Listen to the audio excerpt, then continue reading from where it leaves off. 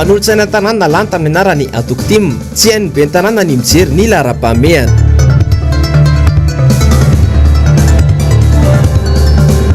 Krizy ara-tsosialy, leon'ny vahoaka, sahirana tanteraka.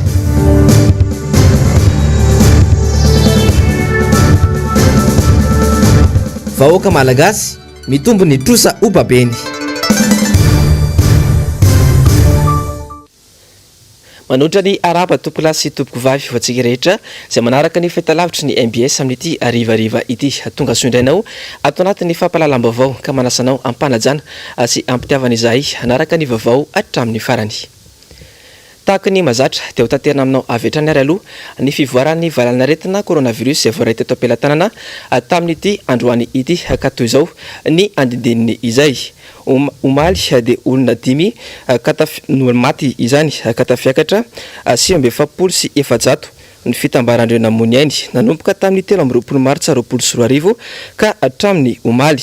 470 kosa ny tranga vaovao voatily omaly tamin'ireo fitiliana 490 tao izay mitsinjara toy izao: Analamanga 470 amzato, Atsinanana 20, Diana 20, Alotra Mangoro 3, Automatsiatra 2, Boeny 7, Vakanakaratra 3, Savasy 20, Atsimo Andrefana 9, Menabe iray, Analanjorofo 20, Anosy 12, Iorombe 10, Atsimo Atsinanana 2, Sofia kosa 10.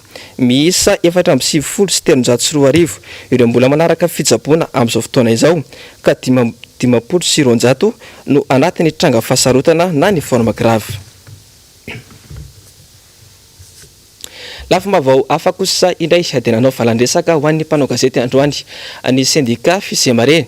Namoaka fanambarana araka izany izy ireo nandritra ity valandresaka ho an'ny mpanao gazety ity ka nilaza fa mikorotana tanteraka sy miaratsy ny tontolon'ny asa eto Madagasikara.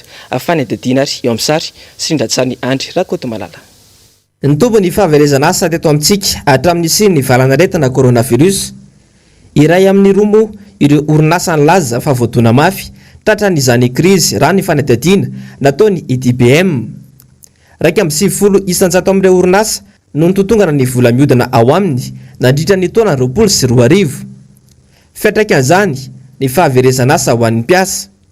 Manoloana izany dia nisy ny fanambarana nataony Fisemare ka nilazany fa rafitra iray natokana hiasa sy hiaro ny tontolon'ny asa no tsy manao ny asa ny ara-dalàna. Mahakasika ny fanatanteran'ny Fisemare ny asa andavanandro indray kosa dia mahatsapa izahay fa mikorotana sy miaratsy ny tontolon'ny asa eto Madagasikara raha tsy laza afa-tsy ireto manaraka ireto. Tsy nandeha ary tsy miasa araka nananganana azy ny rafitra lehibe antsoina hoe CNT. Hita taratra tamin'ny fanatsarana ny code de travail fa fohy be syndicat miisa 4 ihany no niady hevitra momba izany, izany hoe syndicat 4 ihany no nasaina hiady hevitra mahakasika amin'ny fanatsarana ny code de travail. Nefa hiankina ny fiainan'ny mpiasa mandritry ny taona maro izany fanatsarana ny code de travail izany. Tsy hita taratra ny diniky ny telo tota indrindra fa tamin'ny taona 2024. Hita ihany koa izany amin'ny fitokonan'ireo syndicat ny inspection de travail. Ao anefa no milaza fa tsy mitokona fa manao ny asany araka ny tokony izy izay tsy ara-dalàna. Vokany misy fiantraikany eo amin'ny fiainan'ny mpiasa izany indrindra fa ny fahefa-mividy raha tsy teny afa-tsy ireto izahay. Mikorotana ny andro fialan-tsasatra ho an'ny mpiasa rehetra. Tsy mandray karama feno ny akamaroan'ny mpiasa ary ao ireo very asa tanteraka. Misy ireo orinasa vaventy sasatsasany no mampiasa ny mpiasa ao aminy mihoatra ny ora ara-dalàna nefa ampiasaina alatsinainy ka hatramin'ny alahady, izany hoe manao 7 jours sur 7 ry zareo. Tao ireo tratran'ny fandroana no ny fahasairana ny orinasa na ireo noroana no ny antony manokana ka tsy maintsy nanalana ny vola nindramina tany amin'ny KNAPS sy ny banky ka zara raha misy karaha-manetina nody mba hiatrehana ny fitadiavana azy. Izany hoe ireo mpiasa voaroka zany ka nindrana n'ilay volan'ny KNAPS dia to dia nesorina avy hatrany tamin'ny solde de tout compte zareo ny vola nindramina tamin'ny KNAPS misy olona ihany koa ny volan'ny banky satria misy amin'izy ireo no nanao prêt en banque misy aza tsy mitondra mody mihitsy fa boribory ao ireo tratrany chômage teknika tsaradrariny sy tsy ara-dalàna satria misy orinasa mandefa chômage nefa mampiditra mpiasan-tsely mbaran'ity syndicat ity an-trano moa fa misy fiatraikany lehibe amin'ny fanatanterahany izy ireo ny asany ny fitokoana ny inspecteur sy contrôleur du travail eto Madagasikara ka manaitra ny mpitondra fanjakana izy ireo ama ity olana ity fampisoana indray ny tontolon'ny fitsarana eto Madagasikara mpitsara telo matsy no nodimandry tato anatin'ny 3 andro ka service minimum noho izany no misy eny anivon'ny fitsarana misy aza ireo fiakarana fitsarana no voatery naemitra nanao ny fanedadiana ravira zavamahena tahirineny ranarnirina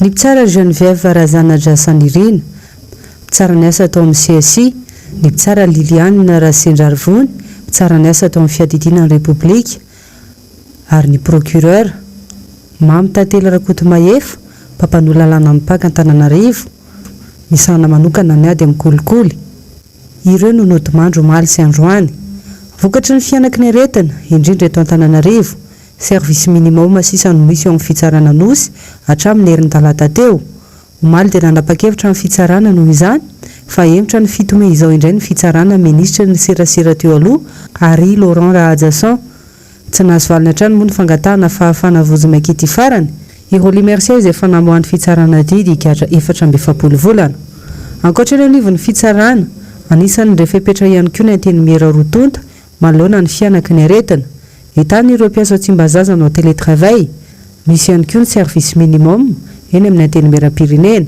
toy ny teny Tsimbazaza nisy ireo olona voamarina fa voan'ny Covid-19 tao alapana nosy kely miena noho izany olona afaka miditra amin'ny lapana anteny miarandoholana ny zava-misy aloha dia mahery vaika ny fifindrany ity valana aretina ity inaraka izany ireo fepetra entitra sy enjana tokony ho raisina miaraka amin'ireo tompon'andraikitra sy ny vahoaka fanaresaka taminay androany ny mpitsabo tsy miakana iray malona ny amarin'ireo marary tonga ao aminy nambarany fa saika mitovitovy avokoa ny sotra retina amin'ireo olona tonga manatona ny mpitsabo misy araka izany ny fipetra vaovao izay noraisina amin'ny fitsaboana ireo marary ireo fanedadiana eo amin'ny sary sindrantsariny Andry Rakotomalala maro ireo olona tonga eny amin'ny mpitsabo tsy miankana no manana sotra retina mitovy ho an'ny mpitsabo tsy miankana iray izay nanaovana fanedadiana izao dia mitombo izay tsy izy nisan'ireo olona tonga manatona toeram-pitsaboana ka maro amin'izy ireo no mitovy ny sorotra retina na tsy voamarina fa Covid-19 aza dia misoroka mialoha ny mpitsabo fa dia tena hita misongadina be mihitsy fa tena mitombo be zany zao ny olona voan'ny hoe mikokoaka voan'ny gripa manavinavy izay amin'ny ankapobeny raha bangona tokana zany dia hoe ny fitsaboana reny dia tonga dia efa raisina fotsiny hoe ohatra mitovy amin'ny fitsaboana ny Covid-19 daholo zany raha vao ohatra zany ny olona misy fanaviana na ny olona misy fambalina kokoaka na retiby na retina manahoana dia tonga dia mena traitement na Covid-19 miaraka amin'ny traitement natazo amin'ny ankapobeny zany raha ohatra tsisy bilan atao tsy afaka atao ny any ambanivohitra ny atemy cabinet médical ny olona maika marary ny olona dia tsy maintsy tonga dia ampiarahana foana traitement andreo zany nanamafatra ity mpitsabo ity fa tokony ihinana ireo sakafo manamafy ny hery fiarovana ny tsirairay ary tokony ho samy tandry tena marihana hatramo fa ny fanajana ireo fepetra sakana toy ny fanaovana arivava fanajana ny elanelana iray metatra ary ny fanasana tanana amin'ny savony no fomba voalohany iadina amin'ny valana retina coronavirus eo amin'ny maresaka iraisam-pirenena kosa indray dia efa mandeha ao Europa ny fanandramana ny fametrahana ilay certificat vaccinal numérique abetsaka nefa ny firenena mpikambana ao amin'ny Europeana no mbola misalasala amin'ity fanapahan-kevitra ity nanao ny fanedadiana ravira zavamahena sy tahirinena ranarnirina. Qu'il soit appelé passeport vaccinal, passe vert ou encore certificat sanitaire, le projet de l'Union européenne se concrétise. Ny 12 jona izao vao tena anankeri ny certificat sanitaire européen amin'ny niveau de l'Européenne. Samy nifanaiky ny anao izany ireo mpikambana 7 amin'ny 20 izao Europa. Mbola mipetraka ho fantaniana ary mampisy ady hevitra nefa ny fisian'izany. I France, Allemagne ary Pays-Bas izao nisafidy no mailo aloha. Malohany izany nampahafantatra filohan'ny Komisiona Européenne Ursula von der Leyen fa hisy tolo-kevitra avoaka mahakasika izany ary irariana hivaly tsy ho ela. Mahakasika ilay sertifika fantatra amin'ny alalan'izany ireo vita vaksiny sy tsy mbola vita. Itao ihany koa na manana valim-pitlihana negatif ilay olona tsy ary manao ahoana kosa ny hery fiarovan'ilay olona. Ny vaksiny BioNTech, Moderna, AstraZeneca ary Johnson & Johnson ihany aloha hatreto no eken'ny vondrona Européenne ary mahazo ilay sertifika. Misy code QR ary amin'ny paoziny numerika na amin'ny taratasy izany ka maimaimpona mandritra amin'ny fisian'ny Covid-19. Afaka mivezivezy malalaka amin'ireo firenena mpikambana ny rehetra izay manana izany ary afaka mitsofoka amin'ireo toerana nikatona toy ny toeram-pisakafoana, toeram-pisotroana sy fanaovana lanonana sy ny sisa. Mampiahiahy anefa raha tena sitrana tokoa na tsy ilay vita vaksiny. Eo ihany koa ny mety ho fanararaotany sasany an'olo ireo antotan-kevitra sy atonta taratasy. À l'égard des personnes n'ayant pas accès au vaccin par choix ou parce qu'ils ne font pas partie des publics prioritaires.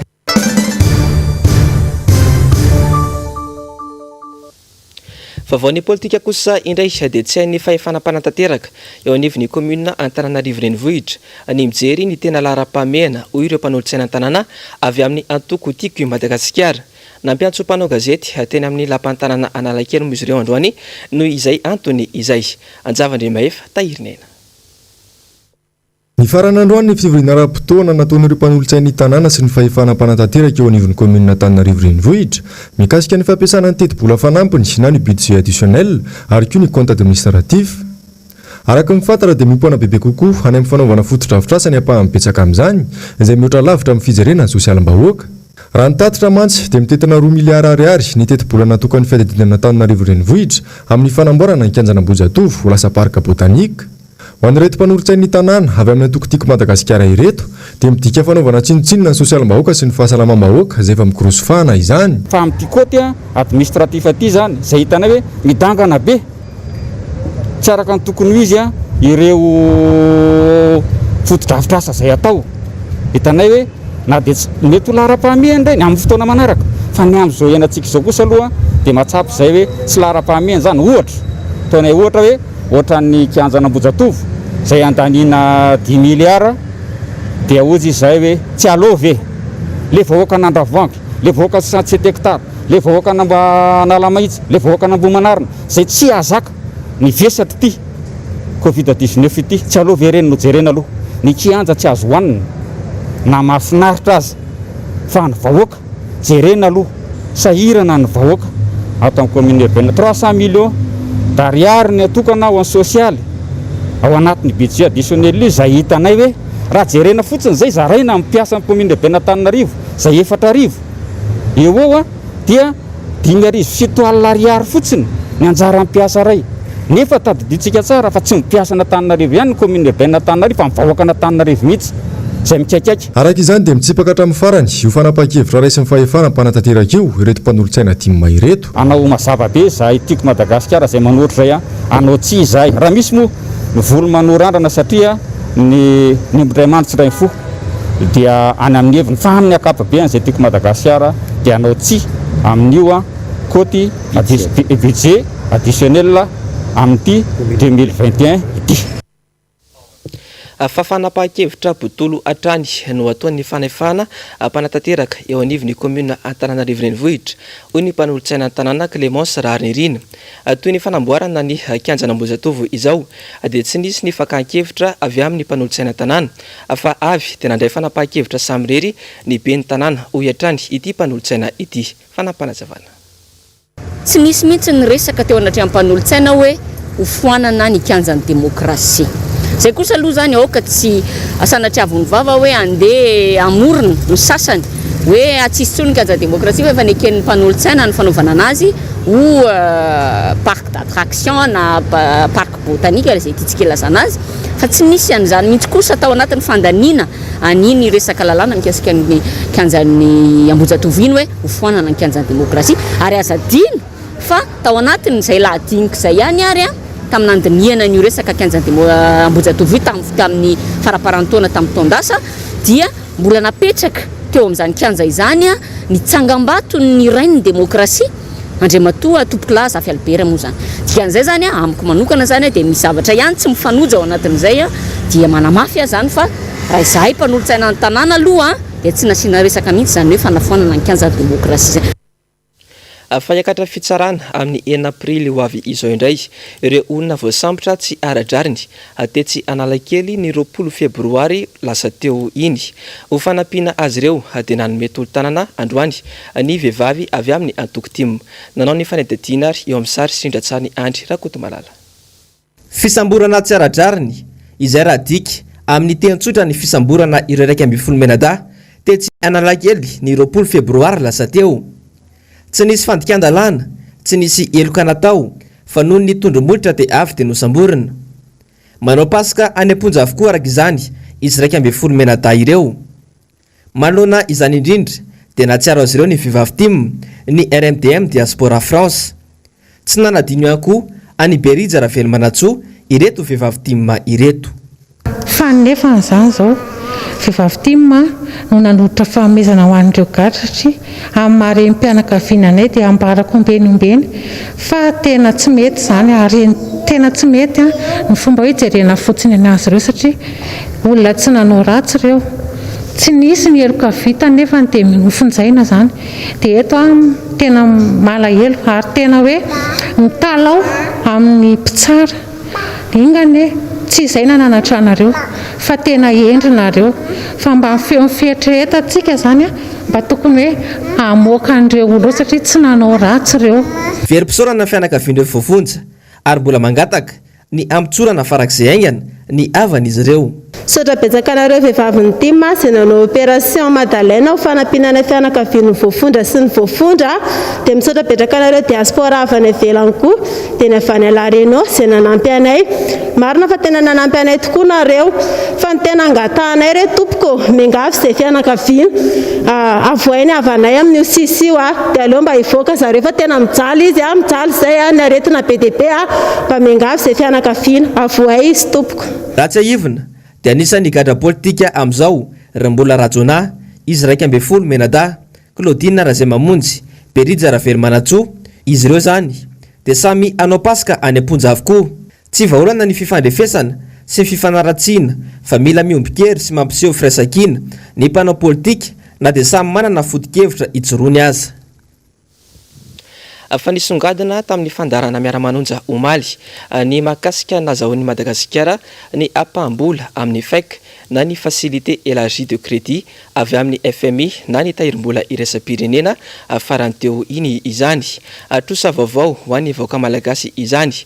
Paikady mahomby ary fandraisana fanapahan-kevitra ara-politika no tokony ataon'ny fitondram-panjakana malagasy ahafana manarina ny toe-karena izay anisan'ny fepetra takin'ny FMI ankoatra ny fangararahana amin'ny fitantanana ny volana ny vola iadina amin'ny Covid-19 fanazavana. Ny raha ny feo reny dia efa manamtanina ny atao hoe cessation de paiement. Raha tsy hoe efa misy ny atao hoe cessation de paiement. Efa manamtanina ny atao hoe fanontana vola-baoritra na ny plan Xavier. Fa dia nahagaga ny revirement nataon'ny FMI farany teo satria ny FMI dia nilaza fa tsy ho afaka mihitsy ny apiditra ny dossier Madagasikara eo anivon'ny conseil d'administration ny FMI raha tsy mazava ny toe-draharaha toe-karena maromaro. Voalohany amin'izany ny fitantanana ny Covid-19 fanampiana ny Covid-19 tamin'ny taon-dafy dia ireto fepetra ireto zany tsy maintsy misy ny vanim-potoana ahafahana manatanteraka izany ny fitsirihana ataon'ny FMI zany dia any amin'ny volana juin toy ny mahazatra no tonga eto izy mijery ny fepetra rehetra raha tanteraka Madagasikara na fitanteraka Madagasikara izany fepetra izany. Izay vao milatsaka indray ny apahambola satria triennal io vola nampanantenainy ny FMI fa omenan'ny Madagasikara io. Fatojo fasarana tanteraka ankehitriny ny akamaroan'ny vahoaka malagasy tsy misy izay tsy mitaraina malona ny fiakarany vidim-piainana manampitrotraka izany ihany koa ny valanaretina coronavirus izay mandripaka olona isan'andro. Naka ny hevitr'ireo olom-pirenena teny rehetra teny moa ny mpanao gazetinay androany Javandriamahefa tahirinena ranaririna. Miaina anaty krizy lalina ny firenena, na ara-tsosialy izany sy na ara-toekarena, miakatra andao manalina ny vidim-piainana. Petsaka ireo tsy misy antom-pivelomana intsony, zarizary tanteraka ny fiainana, zara raha misakafo ao anatin'ny iray andro, manampitrotraka ny valanaretina Covid-19 izay miparitaka izay tsy izy. Tsy misy anefa na dia mba vola kely hivitanana fanafody aza irovatena, ny jiro tapaka lava, ny tsy fisian-drano mangony fotsiny. Ny fahasahirananay aloha dia tena enjana dia enjana fa ny entana vidinao androany hafa, ny vidiny entana raha pitso hafa, dia tsisy vidiny entana hoe midiny izany fa miakatra foana. Dia na efa mividin'ilay vahoaka rehefa mbivotra dia mbivotra mihitsy.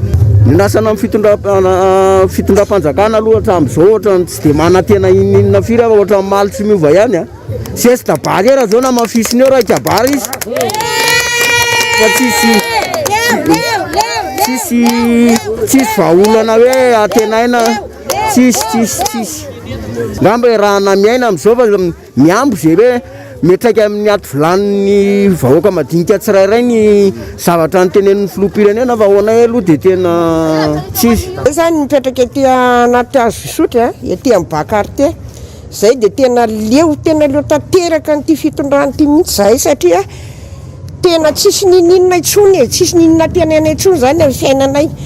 Nitondra zanaka Kanada zao tany amin'ny CSP2 Nosy-Patrana milaza fa tsy misy vola alona ny ariary ary nefa dia tena nandoa, tena mividy fanafody.